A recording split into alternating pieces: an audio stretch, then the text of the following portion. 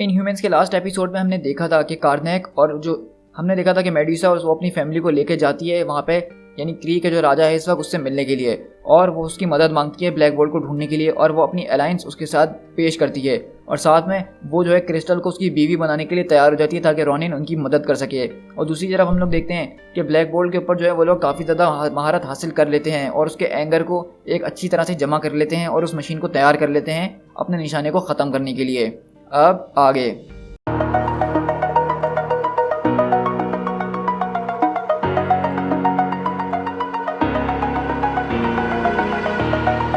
over the edge, feel like I'm floating through the air. The pain I felt is paid for, all is said and done. Oh,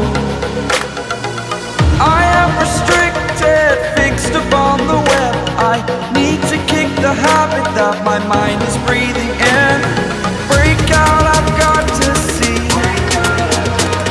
Spent all my life holding all of it closely. I played it innocent, a feel of discontent. I'm finally facing it all, fearless.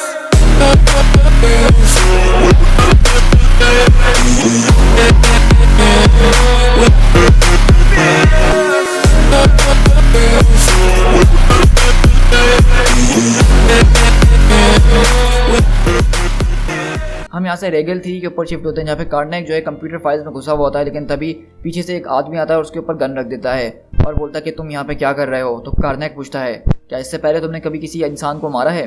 तो वो सोच में पड़ जाता है और कार्नेक उसका एक सेकंड जो है उसको यहाँ मिला होता है उसको इस्तेमाल करता है, उसके हाथ से गन लेके उसके ऊपर रख देता है।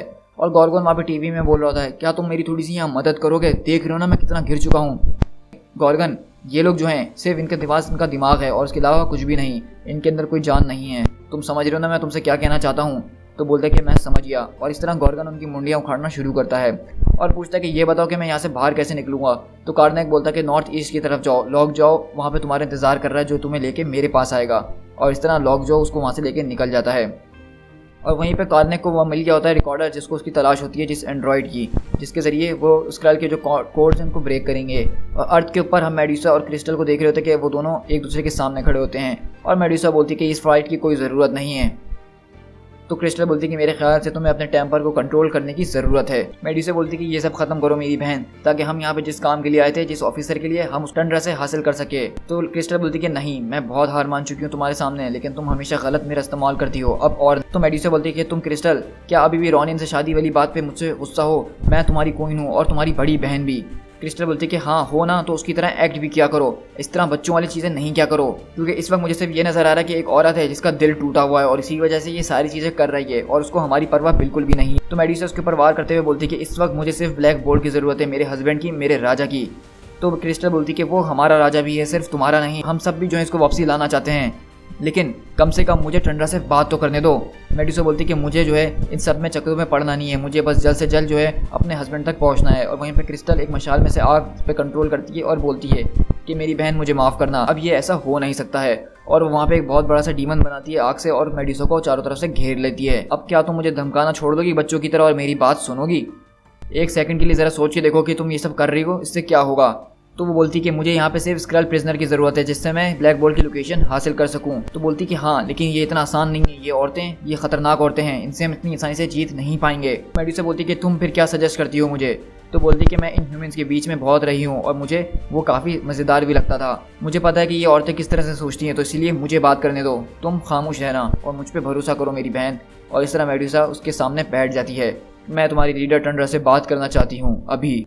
और वहीं पर टंडरा बोलती है कि उसके बटालियन ने जो है कम्युनिकेशन बेस बनाने की कोशिश करी थी यहीं करीब के प्रिजनर के पास, हम जो है इसको यहाँ पे इसलिए कैद करके रखा है ताकि वो अपने गुनाहों की सज़ा पूरी कर सके, और तुम चाहती हो कि मैं उसको तुम्हारे हवाले कर दूँ। तो क्रिस्टल बोलती है कि मैं सिर्फ ये चाहती हूँ कि तुम हमारी एक दरख्वास्त सुनो, मैं मानती हूँ कि तुम क्वीन टंडरा हो और यहाँ पे तुम्हारी रिक्वेस्ट चलती है और ये सब लोग तुम्हें ही फॉलो करते हैं, लेकिन एक औरत को दूसरी औरत की इस वक्त ज़रूरत है। टंडरा पूछती है कि ये स्क्रल तुम लोगों के लिए इतना ज़रूरी क्यों है? तो वो बोलती है कि ये स्क्रल्स के पास वो चीज़ है जो हमें चाहिए, जिसके ज़रिए हम अपने राजा तक पहुँच सकते। टंडरा बोलती है तो ये आदमी के बारे में है। तो वो बोलती कि नहीं, ब्लैक बोल्ट कोई आम आदमी नहीं है, वो मेरी सिस्टर का हस्बैंड है, तुम्हारी तरह वो भी एक क्वीन है। ब्लैकागार उसका हस्बैंड है, हमारा लीडर है, लेकिन वो उसकी आवाज़ है, वो उसका दिल है। ये दोनों मिलके ही किंग और क्वीन बनते हैं और साथ में सारे इनह्यूमंस को सेफ रखते हैं इतने सालों से। इसीलिए मेरी बहन, इसीलिए मैं तुमसे चाहती हूँ कि तुम मेरी प्लीज़ ये बात सुनो और हमारी मदद करो इसके अंदर, वरना हम लोग बहुत बड़ी मुसीबत में फंस जाएंगे। ब्लैक बोल्ट ने कभी मेरी बहन से एक लफ्ज़ तक नहीं कहा, लेकिन फिर भी हम समझते हैं कि इससे ज़्यादा प्यार वो किसी और चीज़ से करता नहीं है इस यूनिवर्स के अंदर। और वहीं पे स्क्रल बोलता है कि अब हम अपनी जर्नी के एंड की तरफ जा रहे हैं। मैं जो हूँ, हमारी ये लिटिल चैट्स को बहुत ज़्यादा मिस करने वाला हूँ। हम बहुत जल्दी तुम्हारा ये वेपन तुम्हारे अपने घर के ऊपर ही अनलीश करने वाले हैं, और जब ये वेपन सक्सेसफुली काम कर जाएगा तो इसके ज़रिए हम यूनिवर्स में इसको लेके आगे बढ़ेंगे, और जो कोई भी चीज़ हमारे रास्ते में आएगी हम उसको ब्लास्ट कर देंगे, डिस्ट्रॉय कर देंगे, और हमारे सामने उसको झुकना ही पड़ेगा।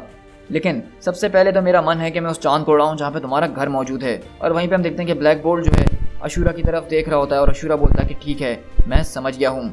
और यहीं से दूसरी तरफ ड्रैगन की तरफ शिफ्ट होते हैं, जहाँ पे वो सारे इतने लोगों से निमटता है और जिस बीकन की उनको तलाश होती है वो उसको हासिल कर लेता है।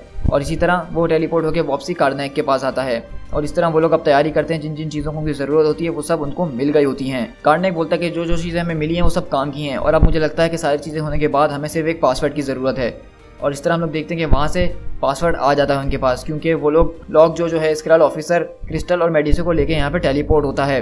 और क्रिस्टल बोलती है इसका कान पकड़ते हुए, मैं स्लोली जो हूँ तुम्हारे लंग्स में से एयर खींचती रहूँगी, तो इसलिए तुम्हारे लिए बेहतर यही होगा कि जल्द से जल्द उस पासवर्ड को भौंकना शुरू करो। और इस तरह वो लोग जो है उस पासवर्ड को भी ढूंढ लेते हैं और उस चीज़ को क्रैक कर लेते हैं जिनको उसकी ज़रूरत होती है। और इस तरह उन लोग को पता चलना शुरू हो जाता है कि अब एग्जैक्टली ब्लैक बोल्ट कहाँ हो सकता है। और इस तरह वो लोग वहाँ से निकलते हैं और उस स्क्रल जहाज़ के अंदर पहुँचते हैं जहाँ पे इन लोगों ने इसको कैद किया हुआ होता है, और वहाँ पे हम देख सकते हैं कि पूरा जहाज़ स्क्रल से भरा हुआ होता है। और वहीं पे हम देखते हैं कि अशूरा जो है अचानक बात करते करते स्क्रल के पास चले जाता है, और वो स्क्रल बोलता है कि हम बस कुछ ही मिनटों की दूरी पे हैं, आखिरकार तुम ये मेरे साथ कर क्या रहे हो लड़के। लेकिन अशूरा देखते हैं कि वो भी एक टेलीपैथ होता है, और वो बोलना शुरू करता है कि मेरे फादर को छोड़ो, मेरे फादर को छोड़ो, मेरे फादर को छोड़ो। और इस तरह वो बार बार बोल रहा होता है। और वहीं पे अगले पल हम देखते हैं कि वो जो लड़की होती है जिसने इसको पकड़ा हुआ होता है, और ब्लैक बोल्ट जो उसका हाथ पकड़ लेता है, और अगले पल और जब वो कुर्सी खुलती है तो उसके हाथ खुलते हैं ब्लैक बोल्ट के, और वो फिर उसके बाल पकड़ पकड़ के खींच के उसको मारता है। और वहीं पे हम देखते हैं कि कार्गन, गॉर्डनेक वगैरह ये सब भी जो हैं वहाँ पे उस शिप के अंदर जितने स्क्रल्स होते हैं उनसे सबसे लड़ रहे होते हैं। और वहीं पे स्क्रल्स के लोग घबरा जाते हैं क्योंकि उनके सारे शिप एक एक करके बर्बाद होना शुरू होते हैं। तो दूसरा स्क्रल बोलता है कि ये पॉसिबल नहीं हो सकता है क्योंकि हम चारों तरफ से घिर चुके हैं, और वो भी क्री के जहाज़ों से। और कार्नेक बोलता है कि थैंक यू सो मच मेरे भाई रॉनिन, तुम्हारे बैकअप के लिए। रॉनिन बोलता है कि सौदा होता है, मैं तुम्हारा साथ दूंगा।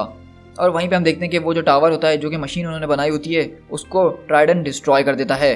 और वहीं पे स्क्रल जो होता है जो इसके ऊपर एक्सपेरिमेंट इतने टाइम से कर रहा होता है वो बोलता है, अरे मेरे भाई, लगता है कि मुझसे बहुत बड़ी गलती हो गई है, लेकिन तुम इसके लिए मुझे ब्लेम नहीं कर सकते हो।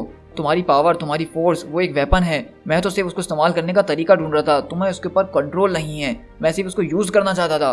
और वो वहीं पर अपनी जो है टांग जो है पत्थर की बनाता है और उसके ऊपर अटैक करता है, लेकिन ब्लैक बोल्ट उसकी टांग पकड़ता है और उसको अपने करीब खींचता है और उसके कान में आहिस्ता से कुछ बोलता है, जिससे हम देखते हैं कि वो स्क्रल उसकी धज्जियाँ उड़ जाती हैं। और वहीं पे हम देखते हैं कि वो लड़की जो होती है वो उसके बेटे के गले पे छुरी रखती है और बोलती है कि बस बहुत हो गया है, तुम हमसे जीत नहीं सकते हो, तुम हमें हरा नहीं सकते हो, तुम चाहे कुछ भी कर लो, चाहे जितना भी चिल्ला लो, लेकिन ये स्क्रल एम्पायर अब खामोश बैठने वाला नहीं है। लेकिन पीछे से हम देखते हैं कि असली मेड्यूसा आती है और उसको अपने बालों से लपेटती है और मार डालती है। और वहीं पे वो मरते मरते बोलती है कि ही लव्स यू। और वहीं पे मेड्यूसा आती है, क्या तुम्हें प्यार का मतलब भी पता है? ब्लैकेगार, क्या ये सच में तुम हो? और इस तरह ब्लैकेगार उसको देख रहा होता है और मेड्यूसा भी उसको देख रही होती है, और वो दोनों एक दूसरे से गले लगते हैं। क्या ये कहानी का अंत है? नहीं, ये अंत कैसे हो सकता है? अभी यहाँ पे और भी जगह खाली है, इसमें स्टोरी में कुछ ना कुछ गैप्स फिल करने ही होंगे हमें। तो लूना पूछती कि अच्छा, तो उसके बाद क्या हुआ था, ज़रा बताओ। क्योंकि इस वक्त हम लोग एटिलन के मून पे शिफ्ट हुए होते हैं, जहाँ पे वो लोग ये स्टोरी के तौर पे वहाँ के बच्चों को सुना रहे होते हैं। लेकिन वहीं पे एक इनह्यूमन बोलता है कि मेरे कजन्स, ये देखो, हमें लगता है इस बारे में पता चलने वाला है कि इसके आगे अब क्या होगा। क्योंकि हम देखते हैं कि वहाँ पे स्क्रल का जहाज़ उतरता है जिसमें ब्लैक बोल्ट और पूरी की पूरी रॉयल फैमिली आ रही होती है, और मेड्यूसा बोलती है कि ब्लैक बोल्ट अपने लोगों से बात करना चाहता है। और 2 घंटे बाद हम शिफ्ट होते हैं जहाँ पे सारे इनह्यूमंस जमा हुए होते हैं और ब्लैक बोल्ट आता है अपना खिताब करने के लिए, जिसको बेसिकली बोल जो रही होती है मेड्यूसा बोल रही होती है। और वो बोलती है, तुम्हारे किंग को इस वक्त ये फील हो रहा है कि ये सब कुछ बहुत ज़्यादा फेमिलियर है, ये वो स्टोरी है जो कि हम बहुत टाइम से जीते हुए आ रहे हैं। हम लोग एक माइटी पीपल हैं, पावरफुल हैं, लेकिन हम इस पावर को जो है मिस यूज़ नहीं करते हैं, बल्कि इसकी रिस्पेक्ट करते हैं और अपने हद तक ही रखते हैं और किसी भी जंग से दूर रहते हैं। लेकिन ये वॉर जो है हमेशा हमें कहीं ना कहीं से ढूंढी लेती हैं और हमारे पीछे आई जाती हैं। अब मुझे लगता है कि हमें अपनी फैमिली के प्रोटेक्शन के लिए इस रूल को चेंज करने की ज़रूरत है। मैं अपने भाई की तरफ देखता हूँ मैक्सिमस, जो कि काफ़ी टाइम से मेरा दुश्मन भी रह चुका है, लेकिन देखा जाए तो एक वही है जो कि इसकी बाहर की दुनिया की डेंजर्स के बारे में हमें बताता है। और मेरे ख्याल से वो इतना भी पागल नहीं है जितना मैं उसको समझा करता था। और मुझे लगता है कि हमारे सर्वाइवल की जो चाबी है वो प्रिजर्वेशन के अंदर थी, और इस तरह हमारी फैमिली हमेशा एक साथ रहेगी। और अगर मैं अपनी फैमिली की बात कर रहा हूँ तो उससे मेरा मतलब है तुम सब।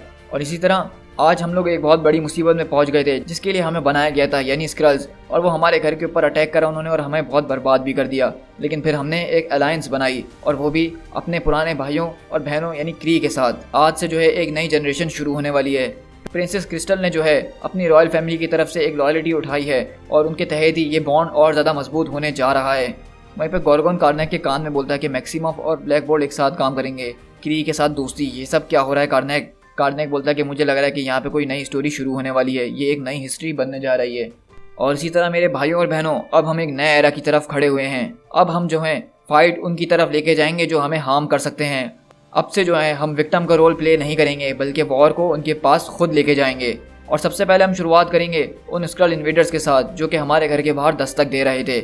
और बेसिकली मैं आपको बताता चलूँ कि यहाँ से जो है ब्लैक बोल्ट ने ये फैसला करा है, क्योंकि ब्लैक बोल्ट हमेशा आइसोलेशन में रखता था अपने लोगों को, वो वॉर के ऊपर बिलीव नहीं करता था। लेकिन आज की इस वजह की बात से हमने देखा कि अब वो रॉनिन के साथ दोस्ती कर चुके हैं, उनके साथ हाथ मिला लिया है। और इस तरह ब्लैक बोल्ट के मुताबिक अब वो लोग उन लोगों से मुकाबला करेंगे, उन लोगों के साथ जंग करेंगे जो कि उनको खतरा पहुँचा सकते हैं। और सबसे पहले वो स्क्रल को ख़त्म करने वाले हैं। और इसी तरह ये स्टोरी आगे कंटिन्यू होगी एक नए स्टोरी आर्क के अंदर, जिसका नाम है वॉर ऑफ किंग्स। और ये स्टोरी हम सीधा अपनी सीक्रेट इन्वेजन के बाद स्टार्ट करेंगे। सो गाइस, यहाँ पे हमारी सीक्रेट इन्वेजन की इस टाइगन्स का ख़त्म होता है इनह्यूमंस की। और अब से हम जो हैं अब अपनी फाइनल इश्यूज़ की तरफ चलेंगे, जिसमें हम सीक्रेट इन्वेजन के बस एंड के कुछ एपिसोड्स देखेंगे। और उसके बाद हमारे सामने बहुत सारे नए स्टोरी आर्क्स शुरू होंगे। So guys, this is P tiger, और अब हम यहाँ से मिलेंगे सीक्रेट इन्वेजन के मेन इवेंट के अंदर।